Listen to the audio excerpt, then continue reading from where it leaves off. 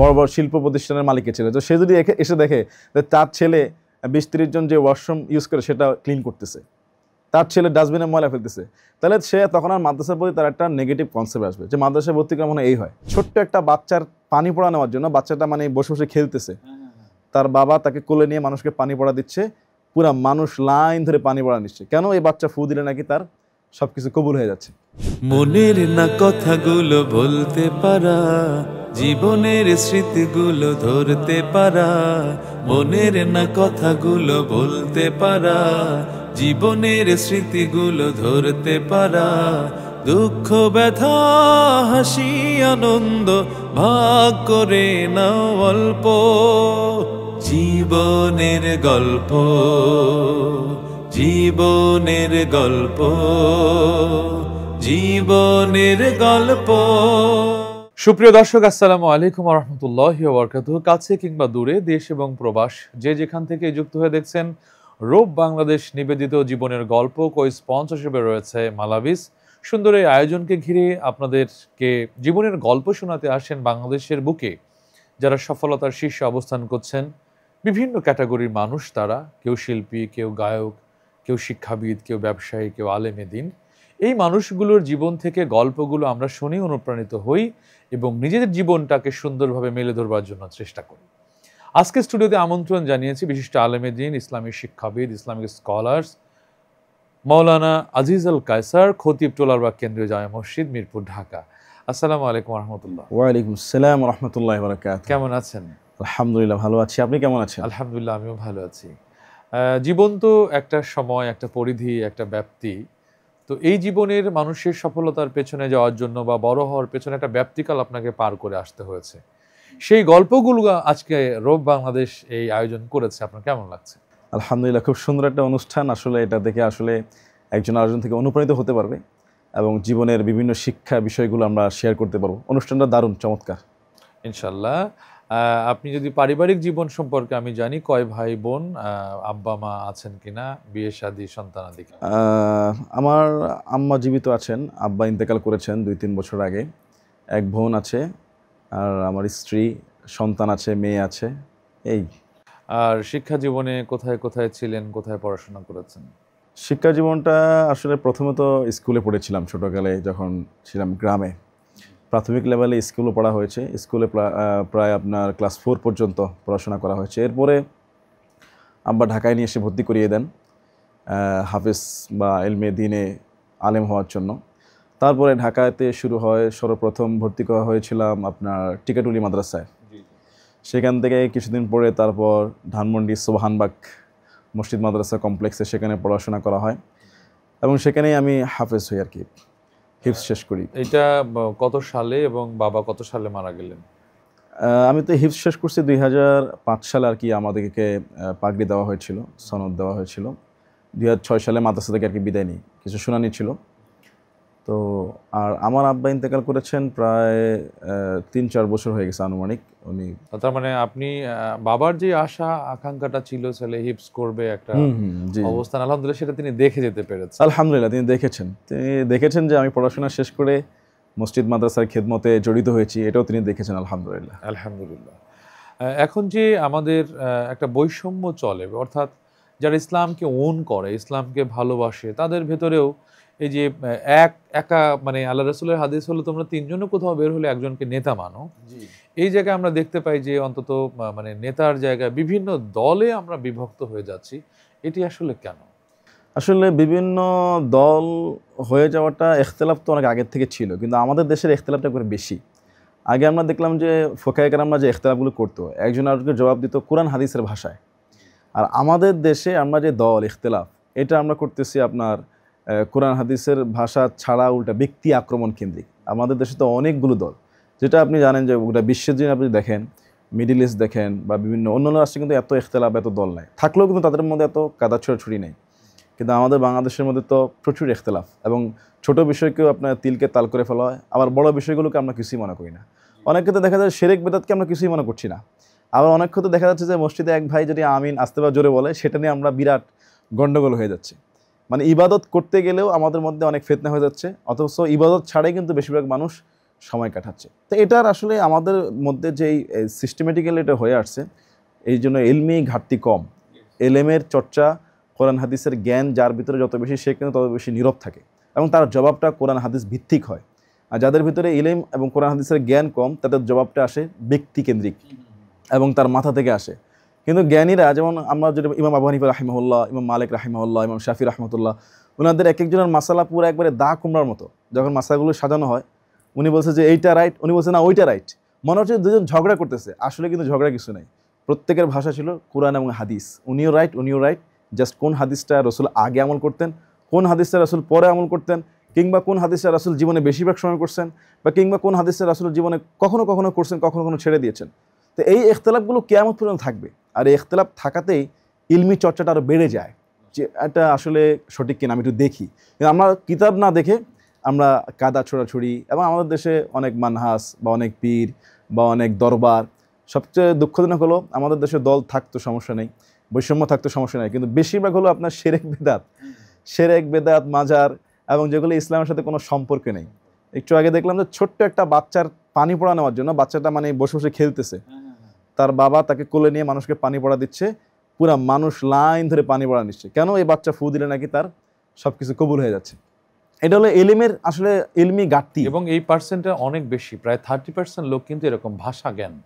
জি 30% লোক এরকম, যারা মাজারের লোক যা বলবে, পীর যা বলবে তাই মেনে নেবে। তাহলে এই সংখ্যাটা কিন্তু অনেক বড়, 30% মানে অনেক বড়। যাই হোক, আমি এই প্রশ্নটা আপনার কাছে করতে চেয়েছিলাম যে পরিত্রাণের উপায় কি, সে উত্তরটা পেয়ে গেছি। আশা করি দর্শকও পেয়েছে যে আসলে জ্ঞান চর্চা, কোরআন হাদিসকে বেশি আগলে রাখলে এর থেকে পরিত্রাণ হওয়া সম্ভব।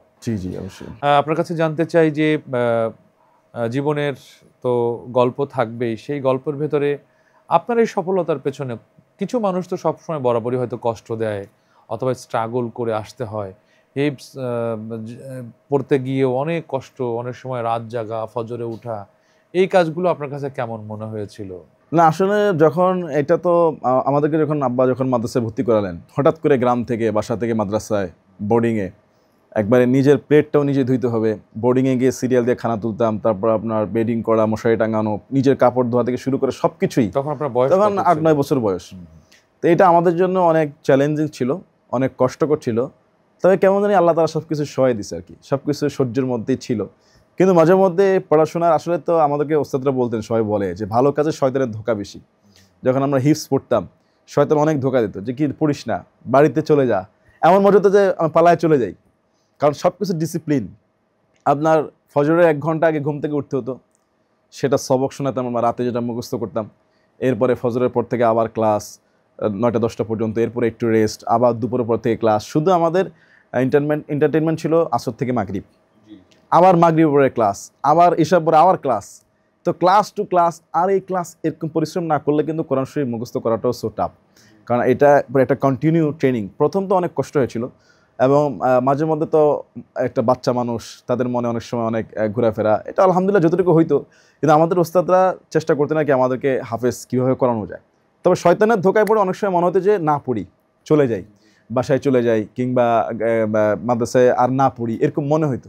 হিফজখানায় আমরা অনেক সময় জানি যে হুজুরেরা, আমরা শুনেছি এটা, যে কখনো তার নিজের জামাগুলোকে ছাত্রকে দিয়ে খাঁচানো, মানে পরিষ্কার করা হতো, জুতাগুলো মোছা বা পরিষ্কার করা, বা চট বা জায়নামাজগুলোকে ওয়াশ করা, এই কাজগুলো করা হয়। এখনও কিছু কিছু প্রতিষ্ঠানে করা হয়।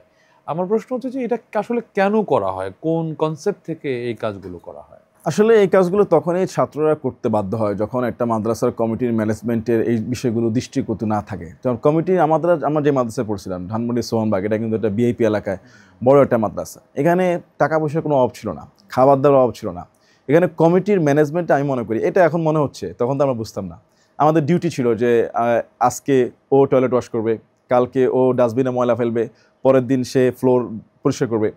এটা ছাত্ররা আমরা করতাম আল্লাহর খুশির জন্য, এবং ওস্তাদদের একটা সেবা, দিক নির্দেশনা আমরা সবাই মেনে নিতাম।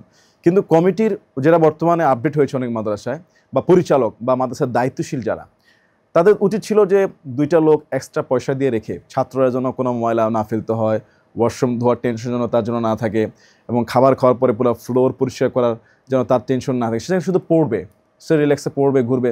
কিন্তু ওনারা এই ক্লিনারগুলো, এই ম্যানেজমেন্ট না রাখার কারণে অনেক জায়গায় এটা হয়। কিন্তু অনেক জায়গায় হয় যেখানে গরিব, এবং অনেক জায়গায় বাচ্চারা কিন্তু চলেও যায় এই কাজগুলো, একটা সম্ভ্রান্ত পরিবার থেকে এসে যখন এই কাজগুলো করে তখন সে আগ্রহটা হারিয়ে ফেলে। জি জি, আমরা দেখলাম যে আমাদের সাথে এরকম ছেলে পড়ছে যে পাশে হাজারিবাগ ট্যানারির মালিকের ছেলে, বড় বড় শিল্প প্রতিষ্ঠানের মালিকের ছেলে, তো সে যদি এসে দেখে যে তার ছেলে 20-30 জন যে ওয়াশরুম ইউজ করে সেটা ক্লিন করতেছে, তার ছেলে ডাস্টবিনে ময়লা ফেলতেছে, তাহলে সে তখন আর মাদ্রাসার প্রতি তার একটা নেগেটিভ কনসেপ্ট আসবে যে মাদ্রাসায় ভর্তি করা মনে এই হয়।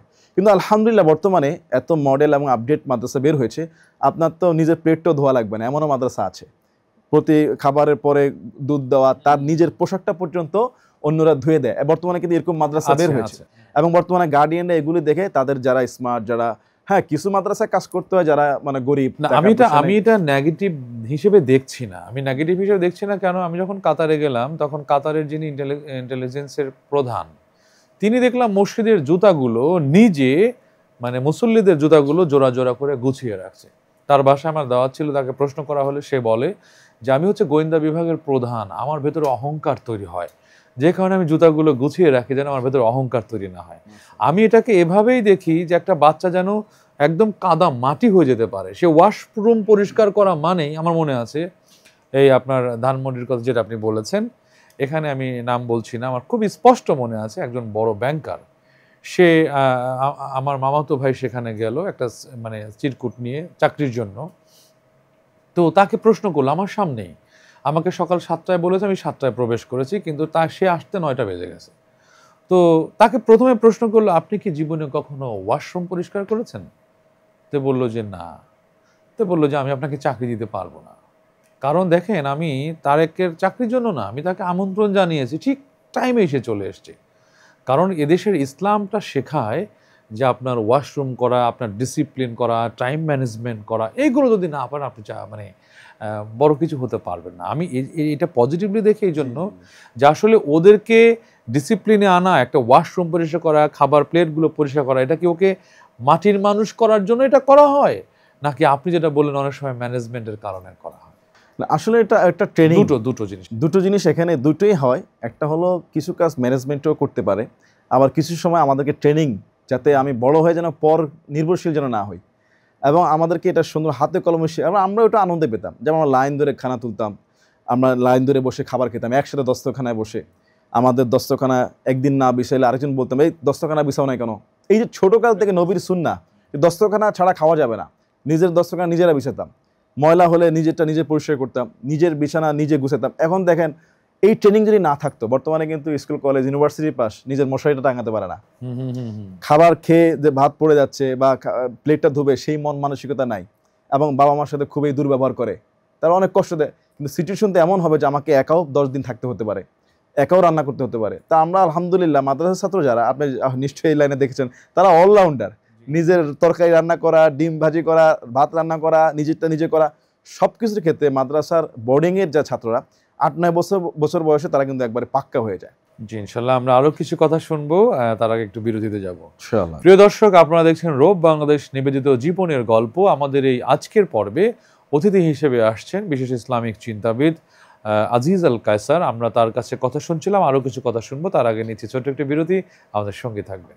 মনের না কথাগুলো বলতে পারা, জীবনের স্মৃতিগুলো ধরতে পারা, মনের না কথাগুলো বলতে পারা, জীবনের স্মৃতিগুলো ধরতে পারা, দুঃখ ব্যথা হাসি আনন্দ ভাগ করে নাও অল্প, জীবনের গল্প, জীবনের গল্প, জীবনের গল্প। Robe Bangladesh exclusive clothing brand, panjabi, kabuli ও জুব্বার বিশ্বস্ত প্রতিষ্ঠান। মানসম্মত ফেব্রিক্স দিয়ে তৈরি করা হয় রুচিশীল আধুনিক এক্সক্লুসিভ পোশাক। আমাদের পণ্যের প্রতিটি অ্যাক্সেসরিজও ইউনিক ও মানসম্পন্ন। দক্ষ কারিগর দ্বারা প্রস্তুতকৃত পোশাকগুলো একাধিক কিউসির মাধ্যমে গুণগত মান নিশ্চিত করা হয়। এখনই ভিজিট করুন আপনার নিকটস্থ রোব আউটলেটে, অথবা ঘরে বসে অনলাইনে অর্ডার করুন রোব বাংলাদেশ। প্রিয় দর্শক, বিরতির পর আবারও স্বাগত জানাচ্ছি রোব বাংলাদেশ নিবেদিত জীবনের গল্প। কো স্পন্সরশিপে রয়েছে মালাভিজ।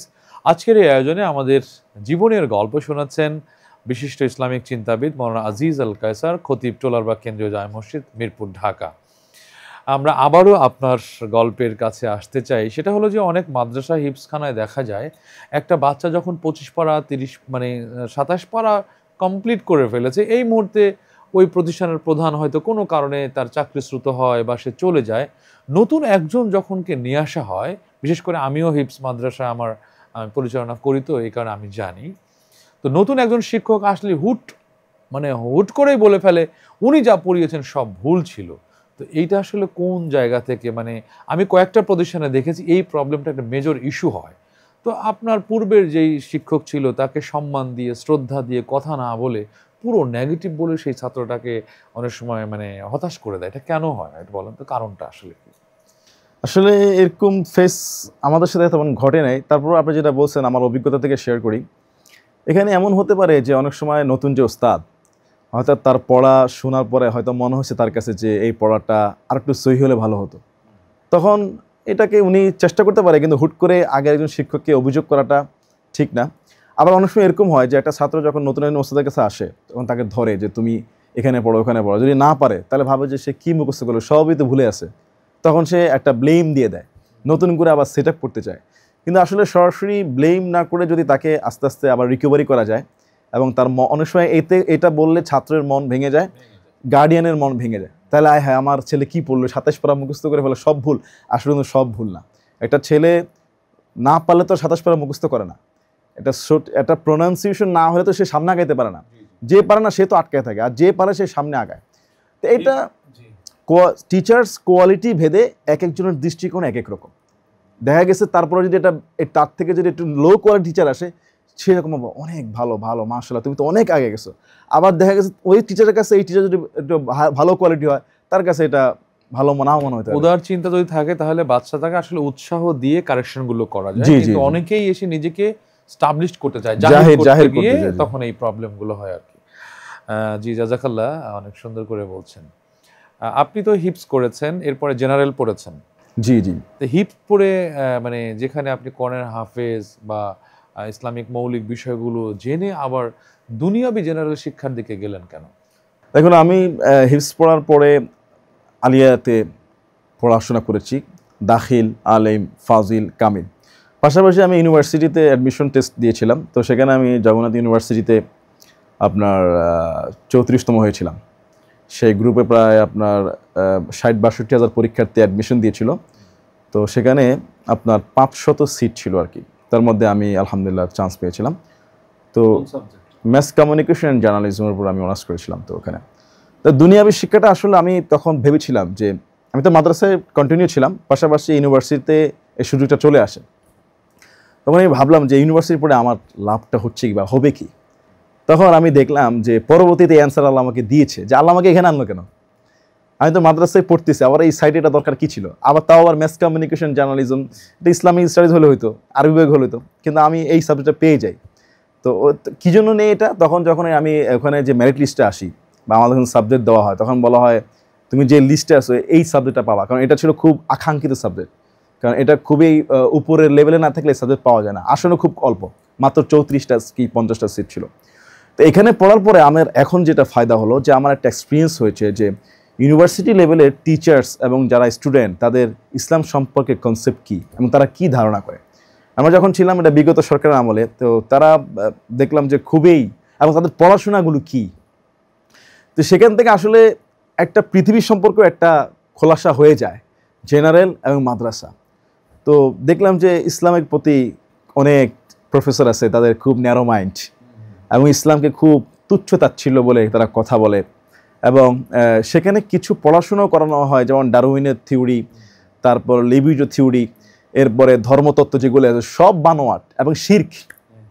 তো এরকম অনেক শিরকের সাথে পরিচিত হইলাম যে আমাদের দেশের মুসলিম ছেলেরা হায়ার লেভেলে গিয়ে এগুলি পড়তেছে। ইভেন আমার সাথে দেখলাম যারা মাদ্রাসা থেকে আসছে, তো মাদ্রাসা থেকে আরও অনেক স্টুডেন্ট আসছে যারা হাফেজ, যারা দাখিল আলিম দিয়ে আসছে, তাদেরও খুব বড় একটা চেঞ্জ হয়ে গেলো রাতারাতি। কেউ তো আপনার দাড়ি টাড়ি কেটে শেভ করে ফেললো, কেউ প্রথম 6 মাস পাঞ্জাবি পড়ছে, এরপরে পাঞ্জাবি পিরিয়ড ছেড়ে দিয়ে আবার প্যান্ট শার্ট হয়ে গেলো। আমি আলহামদুলিল্লাহ টিকে ছিলাম, আমার পোশাক আশাক সব ঠিক ছিল, কিন্তু অনেক ভাইয়েরা এবং কেউ তো পুরো নাস্তিক হয়ে গেল, বাহ, আমি যে মানে এখন আফসোস করছি যে এটা আমি দেশের বাইরে গিয়ে দেখেছি, অস্ট্রেলিয়াতেও আমি দেখেছি যে মুসলমান তারা ওখানে গিয়ে নাম চেঞ্জ করে একদম মানে সে কি মুসলমান, খ্রিস্টান, বৌদ্ধ বোঝার উপায় নাই, এই কাজগুলো হয়। তো এই মানে ধর্মীয় অনুভূতিটি কতটুকুন জ্ঞানের মানে মানে কি বলবো মানে কতটুকুন জ্ঞানের গভীরতা তারা নষ্ট হয়ে গেলে এই কাজগুলো করতে পারে, এবং আপনি আমাদের দেশে এগুলো দেখতে পাচ্ছেন। এখন আমার প্রশ্ন হলো, এই মানুষগুলোই লিডিং পয়েন্টে রয়েছে, এই নাস্তিক বলি যারা এন্টি ইসলাম অবস্থান করছে, এই মানুষগুলোই লিড দিচ্ছে, আর আমরা বলছি যে কোরআন এবং হিপস করে আমরা একটা ঘটনায় যাচ্ছি, কিন্তু লিড দিচ্ছে তারা। সেই ক্ষেত্রে আপনি কি বলবেন? আমাদের আসলে আরো অ্যানালাইসিস গবেষণা আসলে লিড দিচ্ছে এই জন্যে যে আমরা যারা দায়ী তারা কিন্তু আমরা তাদের পালস ধরতে পারতেছি না। তারা যে দেখুন, আমি একজন মসজিদে খুতবা দিচ্ছি, আমার ইউনিভার্সিটি পড়ার কারণে ওই শ্রেণীর ওই লেভেলের মানুষগুলোকে চেনার কারণে আমার লেকচার দিতে অনেক সুবিধা হচ্ছে। কারণ সে যতই আমার সামনে বড় টুপি পরে পাঞ্জাবি পরে বসে থাকুক, আমি তার পালস বুঝতেছি। এখানে আমি ধমকালে সে আমার প্রতি আরও গালাগালি করবে। কৌশলে কোরআনের আয়াত দিয়ে, হাদিস দিয়ে, জেনারেল ইন জেনারেল লজিক দিয়ে যখন ডেলিভারিটা হবে, তখন আমার মুসল্লি একদিন বলে, হুজুর আমি ছিলাম একজন নাস্তিক, এখন আমি পুরোপুরি আল্লাহর পথে। এরকম অনেক আছে। তো এখন আমরা আর শুধু যারা মাদ্রাসায় পড়তেছি, আলেম হচ্ছি, দুনিয়াবে কিছু জেনারেল জ্ঞান না থাকলে আপনি যখন কারোর সামনে বসবেন, তখন সামনে আপনার একজন ডক্টর থাকবে, প্রফেসর থাকবে, ইঞ্জিনিয়ার থাকবে, বুয়েটের লোক থাকবে, তাকে বোঝানোর ক্যাপাসিটির জন্য আপনাকে তার মতো কিছু অস্ত্র আপনার কাছে থাকতে হবে। যেমন সে ইংলিশে পটু, তাকে ইংরেজি দিয়ে কিছু বলতে হবে।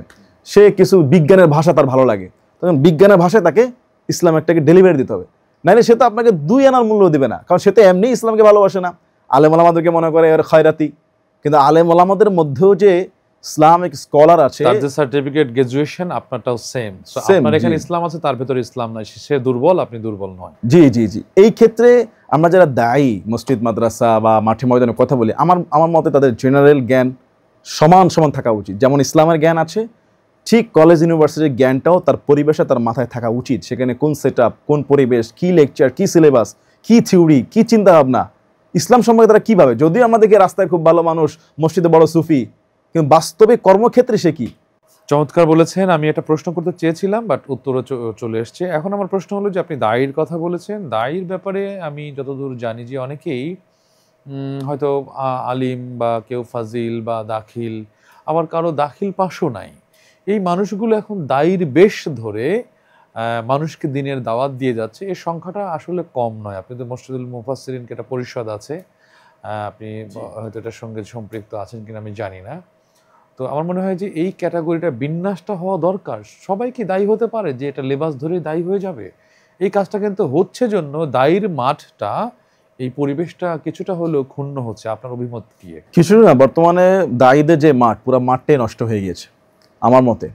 কারণ আমরা দেখছি যে এই মাঠগুলোতে এখন শ্রোতাদের আকর্ষণের কেন্দ্রবিন্দু তারা, যারা হিন্দি সিনেমার গান বলতেছে বয়ানের মাঝখানে, যারা বয়ানের মাঝখানে একটা নাটকের ক্লিপ বলতেছে, যারা বয়ানের মাঝখানে মানুষকে বেহুদা ফালতু কৌতুক করে হাসাচ্ছে, নায়ক নায়িকাদের নাম বলে, নায়ক নায়িকার নাম, যারা বয়ানের মাঝখানে বেহুদাভাবে মঞ্চটাকে রঙ্গমঞ্চ করে ফেলছে, এখন তিনি হয়ে যাচ্ছে ওই মাঠের প্রধান কেন্দ্রবিন্দু। আবার সেই শ্রোতারাও বা কমিটি ম্যানেজমেন্ট তাকেই চাচ্ছে, তার ডিমান্ডটা অনেক বেশি। কিন্তু দেখা যাচ্ছে যে সে দাখিল পাশ করে নেই, আলিম পাশ করে নেই, বা তার কোরআনের কোনো তর্জমার জ্ঞান নাই, হাদিসের কোনো সম্পর্ক নাই। তো এই ধরনের ব্যক্তিগুলো বর্তমানে সোশ্যাল মিডিয়ার কল্যাণে ভাইরাল হয়ে যাওয়ার কারণে তারাও যেহেতু যাচ্ছে, আবার কমিটিও তাদেরকে টানতেছে। দুই দিক থেকে সমস্যা। এর থেকে পরিত্রাণের উপায়টা কি আসলে? এর থেকে পরিত্রাণের উপায় হলো, যারা এই প্রকৃত দায়ী এবং স্কলার, এবং আমাদের যে মাজলিসুল মুফাসসিরিনের কথা বললেন, এরকম প্রত্যেকটা ঘরানারই বক্তাদের সংগঠন আছে। প্রত্যেক ঘরানারই যারা এই উপর লেভেলে আছে, তাদের এই বিষয়ে খুব কঠোর স্ট্রিক্ট নেওয়া এবং বক্তব্য দেওয়া, প্রচার করা, তাদেরকে মানুষ ফলো করে। এবং নাম ধরে ধরে বলা, কারণ আমরা কিন্তু নাম ধরে কাউকে বলি না, কারণ এটা ব্যক্তি। এবং ইসলাম একটা গীবত চর্চা, এটা ডাইরেক্ট গীবত, যেটা আল্লাহ খুবই অপছন্দ করে, সেটা ওপেন বলে ফিতনা তৈরি করা যাবে না, খারাপ করা যাবে না, এটা অহরহ হচ্ছে। জি জি, মানে ফিতনা ফাসাদ তো চলছে। এখন যেটা বলেন যে পরিত্রাণের উপায়, পরিত্রাণের উপায় বলতে যে আমাদের যে বক্তা সংগঠন আছে, এখান থেকে সবাইকে মেসেজ দেওয়া, এবং এই সংগঠনের কে সদস্য হওয়ার যোগ্যতা, কতটুকু লেভেল পড়াশোনা করলে সে এই মাজলিসুল মুফাসসিরিন কিংবা মুফাসসির পরিষদ কিংবা মনে করেন ওলামা মাশায়েখ আইম্মা পরিষদ, কতটুকু যোগ্যতা অর্জন করলে পরে, কোয়ালিফিকেশন থাকলে সে এখানে মেম্বার হবে এবং সে এটা বাংলাদেশে পরিচয় লাভ করবে। এটা একটা স্ট্রিক্টলি মেনটেন করা। পাশাপাশি আমাদের ইসলামিক যে ফাউন্ডেশন, এখান থেকেও আইডেন্টিফাই করে যারা মনে করেন যোগ্যতা নাই কিন্তু দায়ী হয়ে বসে আছে, শিশু বক্তা আর কিছু নেই, শুধু শিশু বক্তা হিসেবে চলে আসে, বক্তা হয়ে গেছে। 26 ইঞ্চি বক্তা, 26 ইঞ্চি হওয়া এটা আল্লাহর সৃষ্টি, আমি এটাকে করছি না, কিন্তু ওনার যদি ইলমি জ্ঞান না থাকে, ওনাকে আপনি বসাই দিচ্ছেন স্টেজের মধ্যে, ওনার কোনো পড়াশোনা নাই, এবং সেটা বোঝা যায়, বচন শুনলে বোঝা যায় যে জ্ঞানের গভীরতা অনেক কম, এটাও বোঝা যায় স্পষ্ট। এই ক্ষেত্রে ইসলামিক ফাউন্ডেশন থেকে একটা ওয়েবসাইটে থাকা দরকার যে ইনারা এখনো কোয়ালিফিকেশন শেষ করতে পারে নাই, ইনাদেরকে ইনভাইট করলে থানা থেকে দাওয়াত পাবে না, মানে এটা অনুমতি পাবে না, হওয়া দরকার। যেমন আপনি যেটা বলেছেন যে গ্র্যাজুয়েশন করার কারণে আপনি লেভেলটা দর্শকের শ্রোতার পালস বুঝছেন এবং ওইটা আপনি অ্যানালাইসিস করেছেন, জানেন, বিচার ওই আলোকে কথা বলতে পারছেন। কিন্তু যারা এই জ্ঞানটাই নাই, এই অবস্থান যাদের নাই, তাদের নিয়ে আসলেই তাদেরকে নিয়ে এখন নাস্তিকরা হাসাহাসি করতেছে, দেখা হুজুর কি বলতেছে। এটা ইসলামের ক্ষতি। কায়সার ভাই, আমরা আবারও একটু বিরতিতে যাব, এরপরে কিছু কথা শুনবো। প্রিয় দর্শক, আপনারা দেখছেন রূপ বাংলাদেশ নিবেদিত জীবনের গল্প। চমৎকার কিছু বিষয় নিয়ে আজকে আলোচনা হয়েছে। আমাদের গেস্ট হিসেবে রয়েছেন মাওলানা আজিজ আল কায়সার। আমরা তার কাছে আরো কিছু কথা শুনবো, তার আগে নিচে ছোট একটু বিরতি, আমাদের সঙ্গে থাকবে। মনের না কথাগুলো বলতে পারা, জীবনের স্মৃতিগুলো ধরতে পারা, মনের না কথাগুলো বলতে পারা, জীবনের স্মৃতিগুলো ধরতে পারা, দুঃখ ব্যথা হাসি আনন্দ ভাগ করে নাও অল্প, জীবনের গল্প, জীবনের গল্প, জীবনের গল্প। Robe Bangladesh exclusive clothing brand, panjabi, kabuli ও জুব্বার বিশ্বস্ত প্রতিষ্ঠান। মানসম্মত ফেব্রিক্স দিয়ে তৈরি করা হয় রুচিশীল আধুনিক এক্সক্লুসিভ পোশাক। আমাদের পণ্যের প্রতিটি অ্যাক্সেসরিজও ইউনিক ও মানসম্পন্ন। দক্ষ কারিগর দ্বারা প্রস্তুতকৃত পোশাকগুলো একাধিক কিউসির মাধ্যমে গুণগত মান নিশ্চিত করা হয়। এখনই ভিজিট করুন আপনার নিকটস্থ রোব আউটলেটে, অথবা ঘরে বসে অনলাইনে অর্ডার করুন রোব বাংলাদেশ। প্রিয় দর্শক, বিরতির পর আবারও ফিরে এলাম প্রিয় অনুষ্ঠান রূপ বাংলাদেশ নিবেদিত জীবনের গল্প। আজকের এই পর্বে অতিথি হিসেবে রয়েছেন বিশিষ্ট ইসলামিক স্কলার্স, ইসলামিক চিন্তাবিদ মাওলানা আজিজ আল কায়সার, খতিব টোলারবাগ কেন্দ্রীয় জামে মসজিদ, মিরপুর, ঢাকা। আপনাকে আবারও বিরতির পর স্বাগত জানাচ্ছি। আমি আপনার কাছে জানতে চাই যে তরুণ প্রজন্ম এখন শিক্ষানীতি বলি, সংস্কৃতি বলি, এই জায়গায় একদম ভ্রান্ত। বিশেষ করে মুসলিম অধ্যুষিত এই এলাকায় আপনি বিভিন্ন ইউনিভার্সিটিগুলোর সামনে যে চলবেন, দেখবেন আপনার চোখ নিজেই ম্রিয়মান হয়ে যাবে।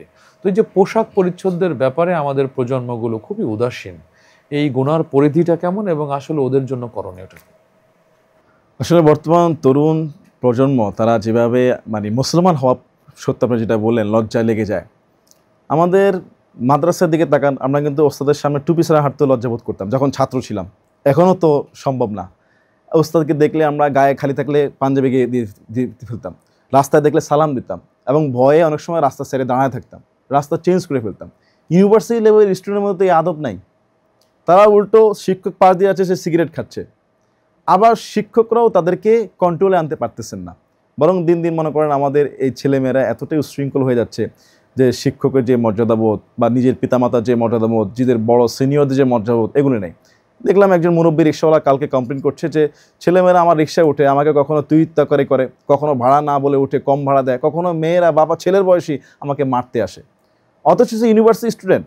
আমরা দেখলাম যে একটা বাস রাস্তার মাঝখানে থামিয়ে, একটা বাস রাস্তার মাঝখানে স্টুডেন্ট বাস, যাত্রী নামাচ্ছে, পিছনে একজন হুন্ডাওয়ালা ভাই বললেন, ওনার ক্যামেরা হচ্ছে হেলমেটে, বলছে ভাই আপনার রাস্তার মাঝখানে গাড়িটা থামিয়ে আপনার প্যাসেঞ্জার নামাচ্ছেন। উনি ভাই বুঝে নেয় যে এটা স্টুডেন্ট গাড়ি, ঢাকা ইউনিভার্সিটির গাড়ি। ড্রাইভারকে বলার আগে দুইজন স্টুডেন্ট নেমে আসে, কী হয়েছে তোমার, কী সমস্যা? তুমি ঢাকা ইউনিভার্সিটি, যেটাকে বলা হয় প্রাচ্যের অক্সফোর্ড, বাংলাদেশের সেরা নাম্বার 1, পৃথিবীর 1000-এর মধ্যে না আসুক, বাংলাদেশের মধ্যে একটা, সেই ইউনিভার্সিটির গাড়ি রাস্তার মাঝখানে থামিয়ে যাত্রী নামাচ্ছে। একজন হুন্ডাওয়ালা ভাই এটাকে প্রতিবাদ করলেন বা জিজ্ঞেস করলেন এটার কারণটা কি, আর ইউনিভার্সিটির ছেলেরা নেমে তাকে ঠেট দিচ্ছে, মারার জন্য আসতেছে। এটা তার হেলমেট ক্যামেরায় রেকর্ড হয়েছে, 1 সপ্তাহের ঘটনা, এটা ব্যাপক ট্রল হয়েছে। একটা ছেলে ইন্টারমিডিয়েট পাস করে ইউনিভার্সিটি উঠছে, ফার্স্ট ইয়ার সেকেন্ড ইয়ার যায় নাই, সে বাসের গেটের সামনে দাঁড়িয়ে মাস্তানি করছে। প্রশাসন চাইলে কিন্তু এসব মাস্তানদেরকে একদিনের ভিতরে বহিষ্কার করে ইউনিভার্সিটি থেকে লাথি মেরে বের করে দিতে পারে। এটা হওয়া উচিত আমার কাছে মনে হয়। আমি নিজেও একজন শিক্ষক মানুষ, মানে আমাদের এই প্রজন্মটা একদমই ধ্বংসের দ্বার প্রান্তে চলে গেছে। এই ক্ষেত্রে কাকে দায়ী করবেন? নৈতিক শিক্ষা, ইসলামী মূল্যবোধ, নাকি আমাদের কালচার? এই ক্ষেত্রে আসলে এই যে শিক্ষকরা তাদের চোখের সামনে শিক্ষার্থীরা এই কাজ করবে, তাদের লজ্জা উচিত। ওই সমস্ত ইউনিভার্সিটির যারা শিক্ষক তাদের লজ্জা উচিত। কেন? তারা ইসলাম বিদ্বেষী। একটা নারী যখন পরীক্ষা দেয় তার চেহারা খোলাই লাগবে এবং সে পুরুষ দেখাই লাগবে সে কি, এতটাই ইসলামী বিদ্বেষী, যার কারণে আজকে তাদের ফসল, তারা যেমন গাছ তেমন ফসল। যদি তারা সিদ্ধান্ত নিত যে আমাদের ইউনিভার্সিটিতে কার্ল মার্কসের আমরা কথা পড়াতে পারি, আপনার ইন্দিরা গান্ধীর আদর্শ পড়াতে পারি, তো নবী মুহাম্মদ সাল্লাল্লাহু আলাইহি ওয়াসাল্লামের জীবনী থাকবে না কেন? আল্লাহর কোরআনের আয়াত থাকবে না কেন? সূরা থাকবে না কেন?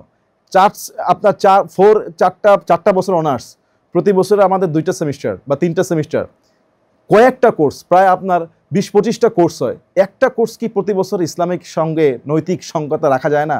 আর নৈতিকতার ক্ষেত্রে ইসলাম রসুলের কথা থেকে শ্রেষ্ঠ কথা কে বলতে পারে?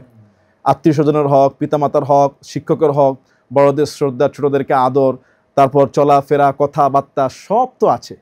আমাদের ইসলামিক রাষ্ট্র, এই জন্য আমরা ইসলামিক রাষ্ট্রে ইসলামিক গভর্নমেন্ট চাই। এই জন্য ইউনিভার্সিটিগুলো যদি এই ক্লাসগুলো দেওয়া হয়, আমাদের ছেলেমেয়েরা কিন্তু এতটা গুন্ডা না, তাদের মন কিন্তু সফট। আপনি মদের গ্লাসে মদ রাখলে কাত করলে মদই পড়বে, আপনি যদি দুধের গ্লাসে দুধ রাখেন কাত করলে দুধ পড়বে। এই ছেলেরা ইন্টারমিডিয়েট পর্যন্ত ভালো ছিল, ইন্টারমিডিয়েট পর্যন্ত শিক্ষকের দিকে তাকাইতো না, আর তারা ইউনিভার্সিটিতে এসে 6 মাসের ভিতরে মাস্তানি শিখে গেছে। তাহলে ইউনিভার্সিটি দোষ, প্রশাসন, শিক্ষক, ম্যানেজমেন্ট দোষ। কারণ তারা এবং এই টাইমগুলো ইউনিভার্সিটির শিক্ষকগুলো ফ্রেন্ডলি হয়ে যায়, এত বেশি গভীর আলোচনা করে তারা সমাজতান্ত্রিক এবং আরও যা বিষয়গুলো আছে এগুলো নিয়ে এত বেশি ওয়ার্ল্ড ওয়াইজ কালচার নিয়ে এত আলোচনা করে যে তারা ফ্রি হয়ে যায়। এক্ষেত্রে আপনি যেটা বললেন যে আখিরাতের চেতনা, পুনর্জীবিতের কথাগুলো আসতো, তাহলে এই সন্তানগুলো ভয় পেত। বাট শিক্ষকরা এখন এই কাজগুলো করছে না। অনেক শিক্ষকই উল্টার, কোনো ছেলে যদি ইউনিভার্সিটি নামাজ পড়তো, আমরা বিগত সরকার দেখছি, টুপি রাখতো, টাকনোর উপর যে প্যান্ট পরতো, তাকে জঙ্গিবাদ বলতো, উগ্রবাদ বলতো, তুই কি কোনো দলের সাথে, মানে কোনো গোপন সংগঠনের সাথে, তাকে হ্যাঁ করতো। ইসলামী মূল্যবোধ থাকলেই গোপন দল এবং জঙ্গিবাদের কথা বরং ভদ্র যে তাকে উল্টা শিক্ষক প্লাস স্টুডেন্টরা ক্রিটিসাইজ করতো। কিন্তু যদি সেই পরিবেশটা থাকতো, ইসলামিক পরিবেশ, শিক্ষকও তাকে ভালোবাসতো, ছাত্ররাও উদ্বুদ্ধ হতো, আদব আখলাক ছড়িয়ে পড়তো। জোর করে হবে না, ইসলামিক শিক্ষা ছাড়া, মূল্যবোধ ছাড়া পৃথিবীর কোথাও শান্তি আসবে না। অনেক অনেক ধন্যবাদ আজিজুল কায়সার, আপনাকে অনেক অনেক কৃতজ্ঞতা। চমৎকার কথা বলেছিলেন। আপনার জীবনের গল্প আরো শোনাই হলো না, মানে আমাদের সামাজিক এবং রাষ্ট্রীয় কথাগুলো ইনশাআল্লাহ হবে ইনশাআল্লাহ। জীবনের কোন পয়েন্টে আপনি ছোট করে যে হয়তো এই কথাগুলো আপনি বলতে চান আজকের দর্শককে আপনার জীবন থেকে? আমার জীবনের যে আমি বলতে চাই যে আমার সবচেয়ে ভালো লাগছে যে আল্লাহ তাআলা আমাকে কোরআনে হাফেজ করেছেন এবং হিফজরত অবস্থায় আমি একজন ওস্তাদের খেদমত করতাম। আমার মনে হয় তার দোয়া আমার কাছে আছে যে ওনার খাবারের জিম্মাদারিতা আমার ছিল। ওনার খাবারটা আমি বোর্ডিং থেকে, নিজের খাবার ওনার খাবার, ওস্তাদের দস্তরখানা, প্লেট রেডি করা, তাকে খাওয়ানো এবং শেষ করে তার প্লেট দস্তরখানা গুছানো, এটা আমার পার্সোনাল দায়িত্ব ছিল 3 বেলা। আমার মনে হয় এটা আমার ওস্তাদের একটা অন্তরের দোয়া। সেই ওস্তাদের নামটা আমরা জানতে মাওলানা শফিকুল ইসলাম সাহেব, উনি নরসিংদী বাড়ি, সোয়ানবাগে ছিলেন। এছাড়া আমি সবসময় ওস্তাদের সাথে ভালো ব্যবহার, তাদের খেদমত করার চেষ্টা করতাম। 2 নম্বর হলো আমার যে পাগড়ি অনুষ্ঠান, এখানে মানে হাফেজরা হওয়ার পরে মাথায় যে পাগড়ি দেওয়া সম্মানিত করা হয়, এখানে স্পেশাল যে গেস্ট ছিল তারা ছিল তৎকালীন বাইতুল মোকাররমের খতিব ওবায়দুল হক রাহিমাহুল্লাহ, এবং আরেকজন ছিল শাইখুল হাদিস আল্লামা আজিল হক রাহিমাহুল্লাহ, মামুনুল হক সাহেবের বাবা। তো এরকম তখন কিন্তু আমি তাদেরকে শুধু নাম জানতাম, চিনতাম না যে তারা এত বড় ব্যক্তিত্ব। এখন বড় হয়ে বুঝতেছি যে তাদের নাম ইতিহাসে কিভাবে আছে এবং তারা অত্যন্ত বড় ব্যক্তিত্ব। এবং আমার জীবনে এই পড়াশোনা যা করেছে আলহামদুলিল্লাহ, দাখিল আলিমে আল্লাহ তাআলা আমার স্বপ্ন পূরণ করেছে। দাখিলে A+ পেয়েছিলাম, এক সাবজেক্টের জন্য গোল্ডেন মিস হয়েছিল, আলিম আল্লাহ গোল্ডেন দিয়ে দিয়েছে।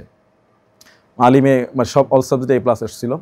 আর সবচেয়ে প্লাস পয়েন্ট ছিল যে পার্ট টাইম কষ্ট করে আমি কেরাতটা আয়ত্ত করার চেষ্টা করছি, যার কারণে বিভিন্ন খিদমতে, ওয়াজের মাঠে বলেন, মসজিদে বলেন, যে কোনো জায়গায় আমার এই এক্সট্রা কেরাতের কারণে আলহামদুলিল্লাহ আলাদা একটা দোয়া পাওয়া যায়, একটা সম্মান আল্লাহ দেয় আলহামদুলিল্লাহ। আর আমিও এটা খুব শুকরিয়া আল্লাহ যে কেরাত পড়তে পারি।